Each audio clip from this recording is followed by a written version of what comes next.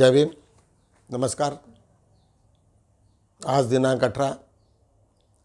मी advocate doctor Siddharth Kamble, बहुजन सौरभचा मुख्य संपादक आणि बहुजन सौरभ यूट्यूब चॅनलमध्ये सर्वांचं स्वागत. देश विदेशातील आज घडामोडींबद्दल आपण थोडं लक्ष देऊ. प्रामुख्यानं आज महत्त्वाच्या भारतातल्या घटना म्हणजे राहुल गांधी यांची आज यात्रा, भारत जोडो न्याय यात्रा, जी आज मला वाटते नागालँडचा आजचा शेवटला दिवस आहे आणि आसामला ते निघालेले आहेत. यांची यात्रा हायब्रिड यात्रा आहे. काही प्रमाणामध्ये पैदल आहेत, काही प्रमाणामध्ये बसनी जात आहेत. याकरता की वेळ कमी आहे, इलेक्शनची वेळ आली आहे, त्याच्यामुळे त्यांना सोयीचं होईल अशा पद्धतीचं वातावरण त्यांना लवकरात लवकर ते पॅचअप करायचं आहे. परंतु या सर्व याच्यामध्ये ज्या पद्धतीने मणिपूरपासून तर नागालँडपर्यंतच्या यात्रेत जो प्रतिसाद त्यांना मिळालेला आहे, बुजुर्ग लोक, स्त्रिया, लहान मुलांना घेऊन राहुल गांधीला भेटायला येत आहेत, ते अत्यंत एक ॲट्रॅक्शन झालेलं आहे आणि त्या ॲट्रॅक्शनच्यामुळे अनेक लोकांना ते फार बरं वाटायला लागलं आहे. दुसरं, आज अयोध्येच्या 22 तारखेची वाट सर्वांकडे आहे. शंकराचार्य चारी यांनी नकार दिलेला आहे आणि सर्व लोकांना आता हळूहळू लोक नकारात्मक भाषा करत आहेत. लवकरच तिथे हायकोर्टामध्ये एक रिट पिटिशनही फाईल झालेली आहे की त्याच्यावरती थांबवण्यासाठी, परंतु अजूनपर्यंत ती हिअरिंगला आलेली नाही आणि त्याच्यावरती काय होईल ते काय माहिती नाही. या सर्व घडामोडीमध्ये अत्यंत महत्त्वाची बाब आपण लोकांनी रेग्युलरली लक्षात असायला पाहिजे की एक भानुप्रसाद म्हणून सुप्रीम कोर्टाचे वकील आणि त्यांच्यासोबत असणारा मोठा ग्रुप हा मात्र फार सक्रिय झालेला आहे. सुप्रीम कोर्टावरती त्या दिवशी मोर्चा नेला त्यांनी आणि त्यांनी कंपेल केलं की ते तुम्हाला ऐकावं लागेल. त्यांचं म्हणणं एकच आहे की तुम्ही आम्हाला सुरक्षित अशा 50 मशीना द्या, आम्ही त्याला हॅक करून दाखवतो आणि जर हॅक झाला नसेल तर मग कंटिन्यू करा. त्यांनी हेही सांगितलं की इंडिया गठबंधनातल्या 27 लोकांच्या सह्या असणारं पत्र आज इलेक्शन कमिशनकडे आहे. त्यांनी सांगितलं की ज्यावेळेस आपण बटन दाबतो मशीनला आणि जी चिठ्ठी दिसते त्याच्यामध्ये, तर त्या चिठ्ठीला बाहेर न टाकता आम्हाला ती चिठ्ठी द्या, त्याच्यावरती आम्ही स्टॅम्पिंग करू आणि त्या डब्यात टाकू. काय वाईट बोलत आहेत? काहीच नाही. परंतु इलेक्शन कमिशनच्या मनात इतकी भीती आहे, म्हणजे दिवसेंदिवस त्यांनी केलेल्या चोऱ्या ह्या सर्वांना दिसत आहेत. म्हणजे ज्या पद्धतीने त्यांनी हे नकारात्मक त्यांची जी भाषा आहे त्याच्यावरनं सर्व देश त्यांच्याकडे पाहत आहेत की हे कोणत्या पद्धतीने ते रिॲक्ट करत आहेत. आज जगातला सर्वात मोठा क्राईम, फायनान्स समजू शकतो, मर्डर समजू शकतो, परंतु हा सर्व संविधानाची हत्या म्हणजे लोकशाहीचे मतच चोरून घेतले, मग राहील का? म्हणजे याच्यापेक्षा समजा हे प्रूव्ह झालं तर याच्यामध्ये सर्व लोकांना फाशीच व्हायची. इतक्या मोठ्या प्रमाणाचा अपराध हा सर्वीकडे होत आहेत आणि सर्वीकडे खदखद होते आहे. एखाद दिवशी या देशात रक्तक्रांती होईल, अनेक लोक रस्त्यावरती येतील, इतकी सिरियस बाब आज लोकांच्या लक्षात आलेली आहे. आणि तरी इलेक्शन कमिशन हा मात्र ऐकण्याच्या मूडमध्ये नाही. इलेक्शन कमिशन वाटेल त्या पद्धतीने लोकांना समजवण्याचा प्रयत्न करत आहे की नाही, आमचं जी EVM मशीन आहे ती अत्यंत सुरक्षित आहे. पण अजिबात खोटं आहे ते. कारण ते सांगतात की मग सुरक्षित आहे तर आम्हाला 50 मशीना द्या, आम्ही वेगवेगळ्या स्टेटमध्ये जाऊन त्याचं डेमॉन्स्ट्रेशन करतो आणि तुम्हाला दाखवतो. तेही मान्य करायला तयार नाही. अशा पद्धतीचा हा फार मोठा गोंधळ. मला असं वाटतं की या देशातले अनेक फ्रॉड झाले असतील, परंतु हा मतदान चोरण्याचा हा प्रकार हा आपल्या देशासाठी अत्यंत घातक आणि कुठल्याही डेमोक्रेसीला अत्यंत धक्कादायक असणारी ही बाब आहे. त्याच्यामुळे परंतु त्याच्यावरती सर्वच्या सर्व मात्र गप्प बसलेले आहेत. चीफ इलेक्शन कमिशनची नियुक्ती स्वतः सरकार करत आहे, मोदी करत आहेत आणि त्याच्यातनं चीफ इलेक्शन कमिशनच्या त्या रिक्रुटमेंटमधनं सुप्रीम कोर्टाला बघण्यात येत आहे. अशा ह्या अनेक घटना आज तुम्हाला दिसत आहेत. आज शंकराचार्याच्या अयोध्याच्या माध्यमातून सर्व लोकांच्या तिथे फूट पाडण्याचं काम हे सातत्यानं BJP गव्हर्नमेंट करत आहे. अत्यंत बेकार आहे आणि अशाच टाईपच्या आणि फूट जिथे पडली परंतु ही फूट किती दिवस राहील? लोकांच्या लक्षात येते की कोण काय करतायत, काय करत नाही. याकडे आंबेडकरी समाजाने अत्यंत लक्षपूर्वक लक्षात ठेवलं पाहिजे की आज आपले कुठल्याही असो, कोणी लिडरशिप करो, परंतु EVMच्या याच्यावरती जो कोणी आपलं हे करत असेल, एक झेंडा जरी घेऊन आला तरी 10 लोक त्याच्यासोबत गेले पाहिजे आणि आपलं प्रदर्शन केलं पाहिजे. मग तो कोणी त्याच्यात पुढाकार घेतला आणि ह्या दुय्यम गोष्टी आहे. आज जर बाबासाहेबांनी लिहिलेल्या संविधानाला जर वाचवायचं असेल तर आम्हा सर्व लोकांची ती जबाबदारी आहे की तुम्ही सर्व बाबासाहेबांचं संरक्षण करायचं आणि आपल्या कमीत कमी देशाला वाचवण्याचं काम तुम्ही केलं पाहिजे.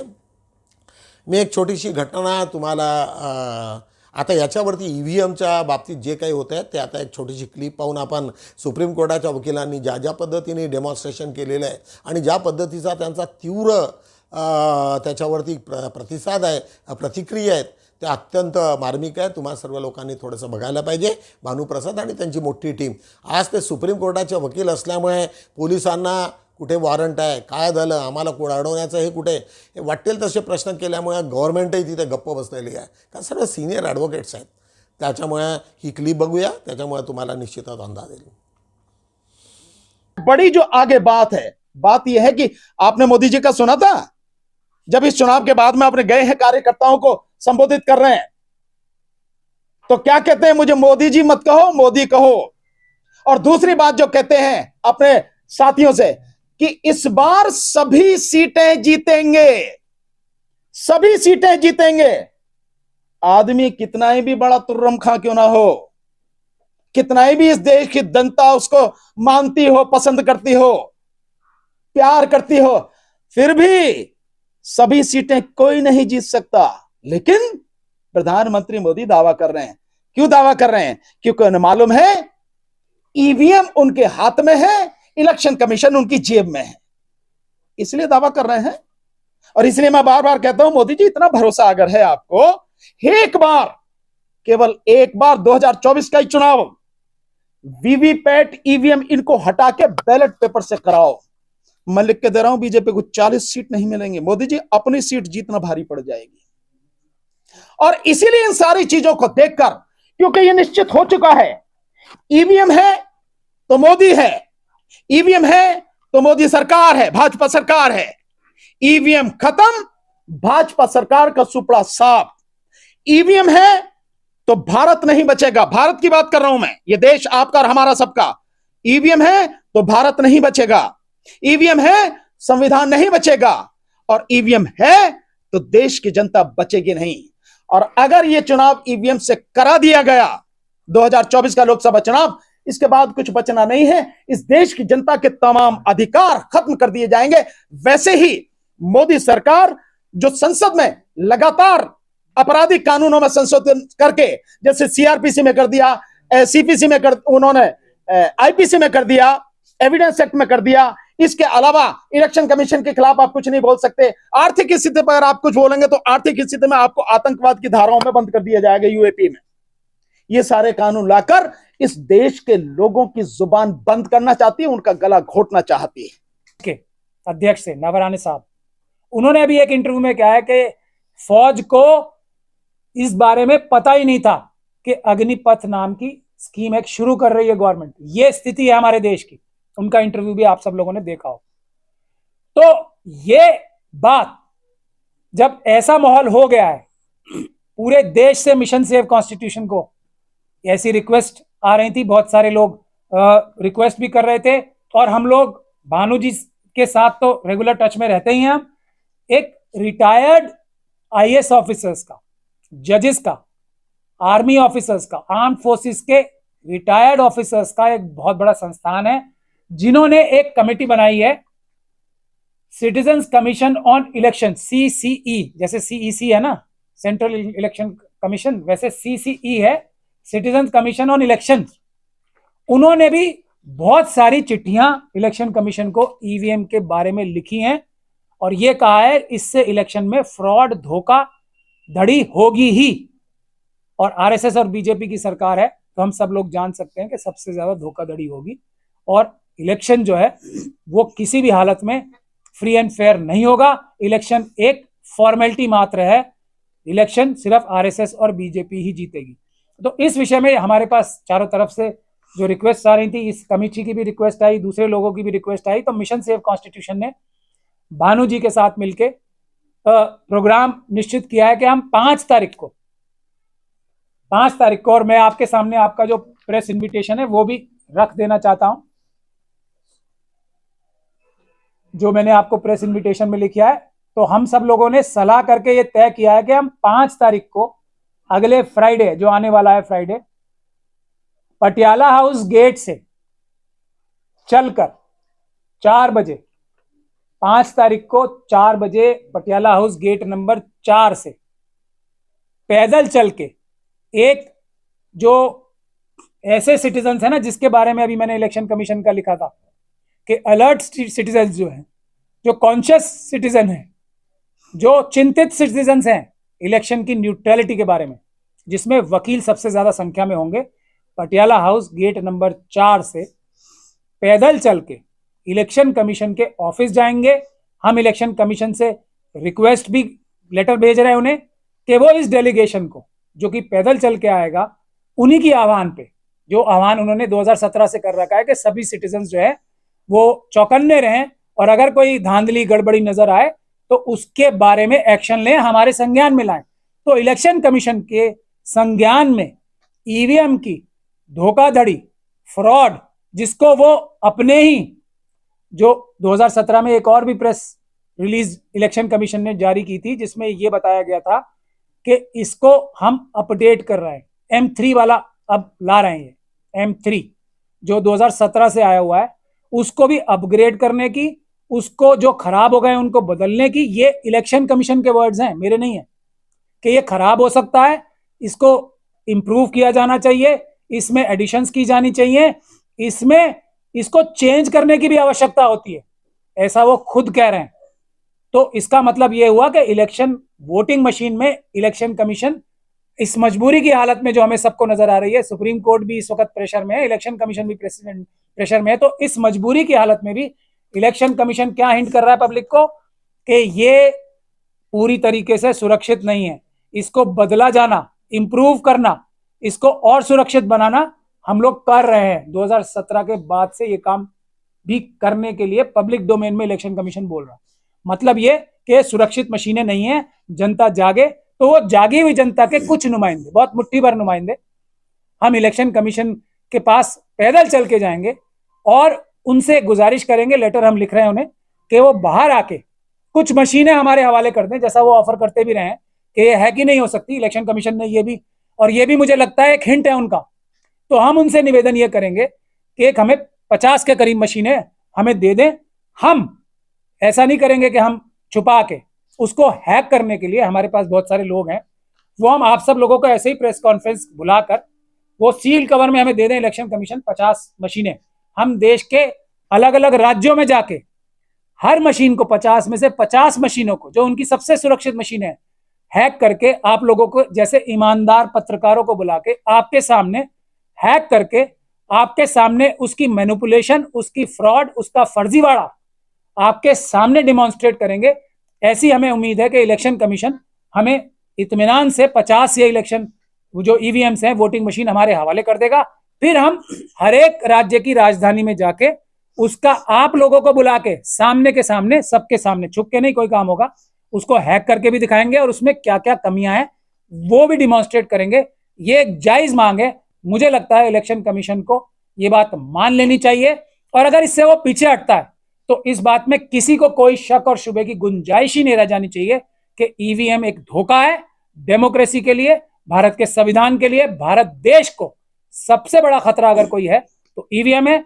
हम ये डेलीगेशन लेके जाएंगे और पैदल जाएंगे और इलेक्शन कमीशन से ये गुहार करेंगे कि हमें 50 वोटिंग मशीन दे दे, ताकि हम पूरे दुनिया को दिखा सके कि इंग्लैंड, अमेरिका, यूरोप, सारी कंट्रीज गलत नहीं है, बांग्लादेश गलत नहीं है कि वो ईवीएम से चुनाव नहीं कराते। ईवीएम से चुनाव कराना एक फ्रॉड, फर्जीवाड़ा है, हम ये दुनिया को दिखाना चाहते हैं। त्यानंतर तुम्हाला मी आधीच सांगितलं की BJPनी, RSSनी ज्या पद्धतीचं शंकराचार्यामध्ये फूट पाडलेली आहे, ही फूट कशी आहे अशाच पद्धतीची एक फूट, एक बौद्धकालीन एक हे आहे। मी तुम्हाला ती क्लिप दाखवतो। देवदत्त बुद्धाचा भाऊ हा अत्यंत बुद्धाच्या मागेच सुरुवातीपासून लागला होता, त्यांना संपवण्याच्या किंवा वेगवेगळ्या पद्धतीने. त्यांनी दीक्षा घेतली, खोटी दीक्षा घेतली, द्वेषातनं घेतली आणि एक दिवस अशी सिच्युएशन आली की त्याच्यामध्ये त्यांनी आपले वेगळे नियम आणून तिथे संघ फोडला आणि संघ फोडल्याच्या नंतर त्याची जी दुर्दशा झालेली आहे तो एक सुंदरशी क्लिप आम्ही आज तुम्हाला बुद्धकालाने नसल्यामुळे ते तुम्हाला दाखवू. निश्चितच तुम्हाला त्याच्याबद्दल माहिती होईल. आज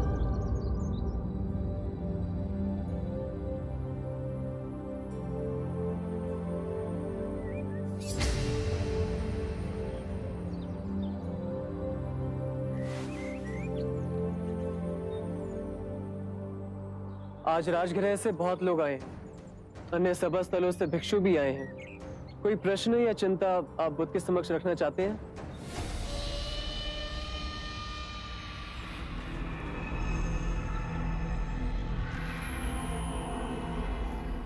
आप भिक्षुओं को इच्छा रहित और सादगीपूर्ण जीवन जीने की शिक्षा देते हैं, किंतु आज आपके 5 नियमों में मैं कुछ संशोधन करने का प्रस्ताव रखना चाहता हूं, जिससे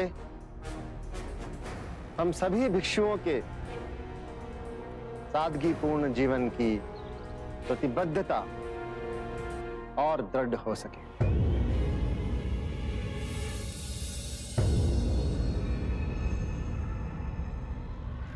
एक, सभी भिक्षुओं का वन में ही रहना अनिवार्य हो.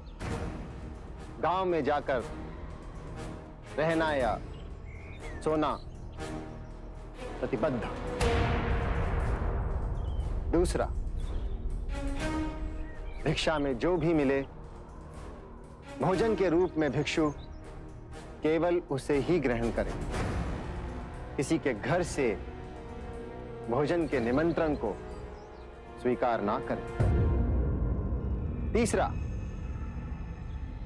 भिक्षु फटे पुराने कपड़ों को सीकर केवल उन्हें ही अपने वस्त्र के रूप में ग्रहण करें. किसी के द्वारा भेंट में दिए गए वस्त्र ग्रहण ना करें. चौथा, निद्रा हेतु भिक्षु केवल वृक्ष के नीचे ही सोएं. कुटिया या भवन का उपयोग ना करें.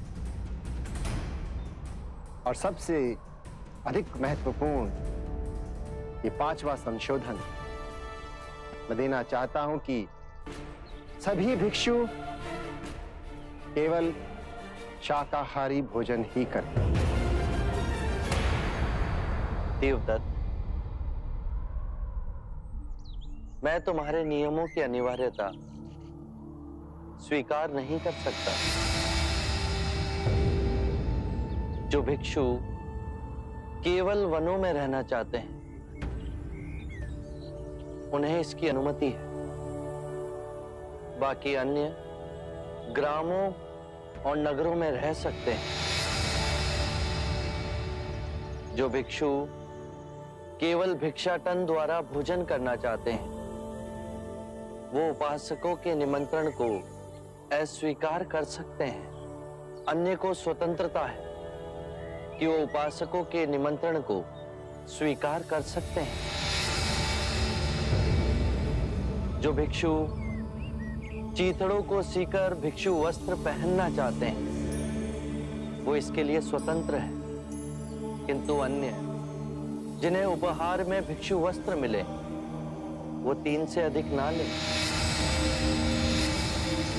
जो भिक्षु वृक्षों के नीचे सोना चाहते हैं वो ऐसा करने के लिए स्वतंत्र है, किंतु अन्य कक्षों और कुटियाओं में रह सकते हैं. ये उनका अधिकार है देवदत्त.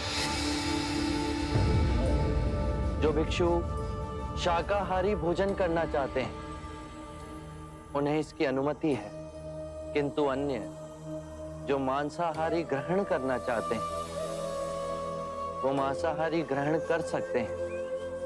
किंतु उनके भोजन के लिए किसी भी जीव की जीव हत्या नहीं की गई हो। देवदत्त, वर्तमान व्यवस्था के अनुसार भिक्षुओं को जनमानस से संपर्क करने का अवसर मिलता है, उन्हें सद्धर्म मार्ग की शिक्षा प्रसारित करने का अवसर मिलता है। तो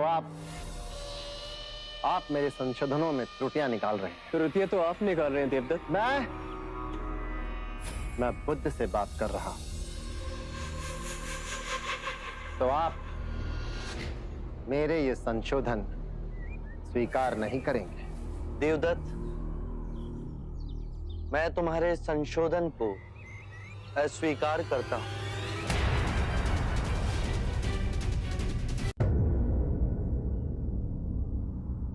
भिक्षु देवदत्त,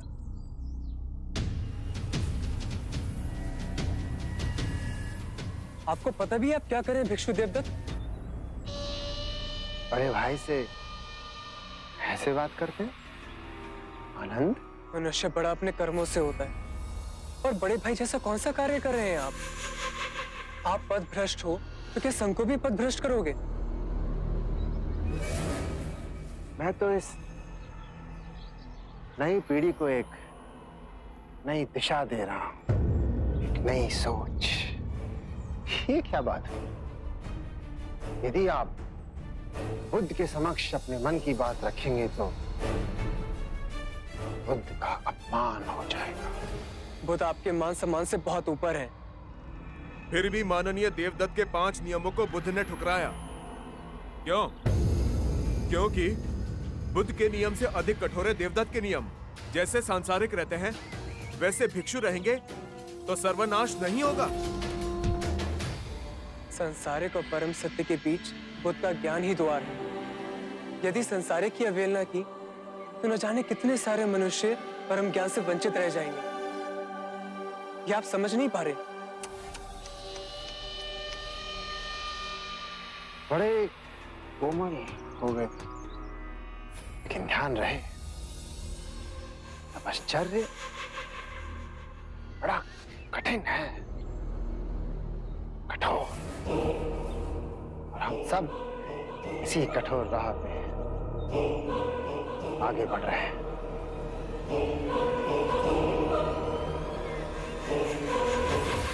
चला बघूया आपण बहुजन सौरभच्या वेगवेगळ्या याच्यामध्ये आज आम्ही काय काय दिलेले.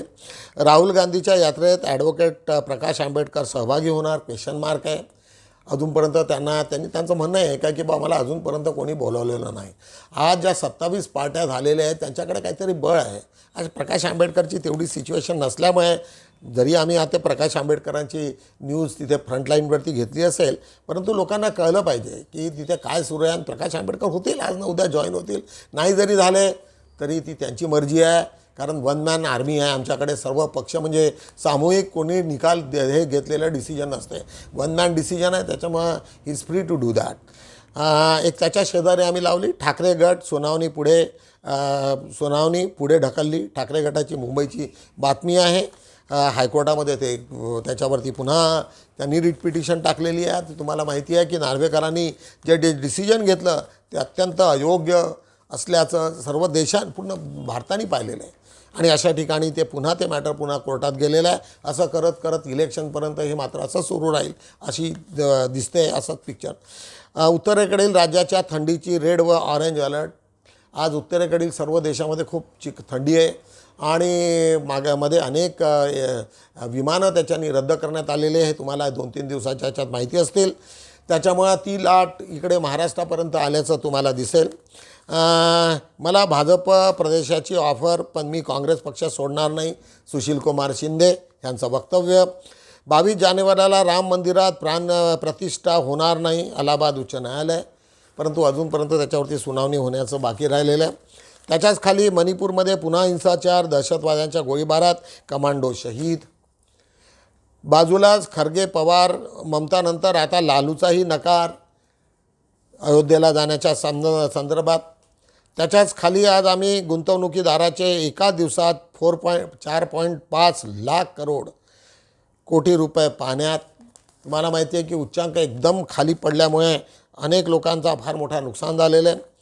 त्याच्या शेजारी रेती माफियांच्या हल्ल्यांना जबाबदार कोण, एक सुंदरसा एक हे आहे, त्याच्यावरती बातमी आणलेली आहे शेखर गजबी यांची, आमचे हे आहेत. त्याच्याच खाली आज आम्ही 5 बघूया 5-4 वरती आज आम्ही काय काय दिलेले. बंजारा समाज बांधवांनो, अकोल्यात रास्ता रोको, एक अकोल्याची बातमी आहे. त्याच्यानंतर त्याच्यात EVM हटाव संविधान बचावसाठी जनतेचा आक्रोश, नागपूर इथली ती बातमी आहे. अनेक संस्था त्याच्यामध्ये आता सहभागी होत आहेत.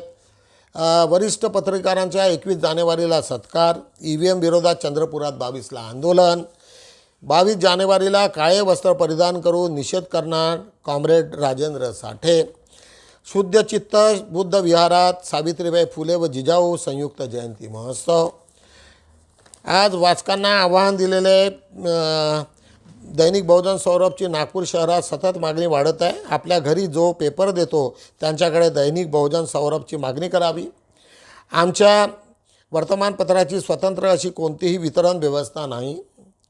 दैनिक बहुजन सौरभ नागपूर शहरात सर्वच पेपर विक्री केंद्रावर उपलब्ध आहे, याची वाचकांनी नोंदणी घ्यावी. त्याच्याच खाली आज आम्ही महापुरुषांच्या विचारांचीही आम्ही शासक बनू शकतो, ॲडव्होकेट गोनारे, नागपूरचीच बातमी आहे. आढळणारी लोकशाही व तडफडणारे संविधान, आज लोकशाहीवरती हा आधारित मोठा आज आमचा अग्रलेख आहे आणि सुंदर आहे आणि त्याच्यामध्ये अनेक ज्या घडामोडी आहेत त्याच्याबद्दलचं आज आम्ही त्याच्यामध्ये सविस्तर वर्णन केलेलं आहे. तुम्ही पुरस्कार घेणार का? अनेक इथे बोगस संस्था आहेत जे एका दुसऱ्यासाठी पुरस्काराची हे करतात, कुठेतरी शील्ड आणतात आणि संस्कार करून त्याचा सत्कार करून ते आपापल्या पद्धतीने त्याला वळवण्याचा प्रकार आहे. त्याच्यामुळे तुम्ही याच्यात अशा भामट्या लोकांपासून दूर राहिलं पाहिजे. राष्ट्रपाल सावंत यांचा तो लेख आहे. आज आमच्या भगिनी मंदाकिनी काकडे यांचा एक लेख आहे, आत्मविश्वासाची ज्योत तेवत ठेवा, स्त्रियांना उद्देशून तो लेख आहे, अत्यंत चांगला लेख आहे. आज आमचे मित्र डॉक्टर वामन शेळमाके यांचा एक निसर्ग सौंदर्य आणि आदिवासी व राजवंश राजघराणे त्यांच्याबद्दलचा एक सुंदरसा लेख त्यांनी तो दिलेला आहे. फार अत्यंत बोलका आहे, सर्व लोकांनी वाचनीय आहे. वाचकांच्या मनोगतमध्ये आज आम्ही लक्ष्मण बोरकर यांनी दैनिक बहुजन सौरभ वृत्तपत्र म्हणजे आंबेडकरी विचारांचे वर्तमानपत्र अशा पद्धतीने आमचा गौरव केलेला आहे. आज पान 3मध्ये धर्मनिरपेक्षतेच्या सिद्धांताची हत्या, आज ज्या पद्धतीचं वातावरण देशात सुरू आहे त्याच्यामुळे हा आज लेख अत्यंत महत्त्वाचा आहे. श्रीराम बनसोड यांचा अत्यंत मार्मिक आणि चांगला त्यांनी लिहिलेला आहे. आज त्याच्याच खाली ज्ञानेश्वर दुर्गादास रक्षकांचा एक छोटासा आम्ही लेख घेतलेला आहे. मकर संक्रांतला तिळगुळ का खात असावे याच्यावरती त्यांनी काही तर्क लावलेले आहेत. निश्चितच तो वाचनीय तुम्हाला आवडेल. त्याच्या शेजारी आंबेडकरी चळवळ कमकुवत का, आता याच्यामध्ये अनेक लोकांनी आपापल्या पद्धतीने केलेलं आहे. कमकुवत नाही, स्वतंत्र विचाराचे लोक आहेत. एखाद्या मूर्ख माणसाच्या मागे लागून आंबेडकरी समाज पुढे गेला नाही, तो आपला स्वतंत्र विचार करतो, याबद्दलचं माझं व्यक्तिगत मत आहे. डॉक्टर जयप्रकाश घोंगडे, बोधी दीक्षाभूमी नागपूर, इथून त्यांनी तो लेख केलेला आहे. 96 वर्षाची नामांतरवादी आई, एक सुंदरसा लेख ॲडव्होकेट भाई विवेक चव्हाण यांचा आहे. आणि त्याच्याच खाली आज आम्ही आजचा भाग 2 डॉक्टर अनमोल शेंडे यांनी हिंदुत्वाच्या छायेत शिक्षण व्यवस्था तिची काय दुर्दशा झालेली आहे याच्यावरती सविस्तर त्यांनी लिहिलेलं आहे. सुंदरसा लेख आहे, वाचनीय आहे. मला असं वाटते की तुम्ही हा बहुजन सौरभचा अजूनही ज्या पद्धतीने प्रचार प्रसार व्हायला पाहिजे तो होत नाही. आम्ही हा प्रयत्न करत असतो की यूट्यूब आणि आजचा पेपर हा सायमल्टेनियसली गेल्यामुळे लोकांना त्याचा जास्तीत जास्त उपयोग कसा होईल आणि वाचनीय कसा बनेल आणि जास्तीत जास्त तो इंटरेस्टिंग आणि कमी याच्यात 20 ते 25 मिनटाच्या वर व्हायला नको, ही आमची सातत्याने प्रयत्न होत असतो. अजून त्याच्यामध्ये अनेक आम्ही चेंजेस करणार आहोत. आता भेटूया आपण उद्या 19 तारखेला आपण. तोपर्यंत जय भीम.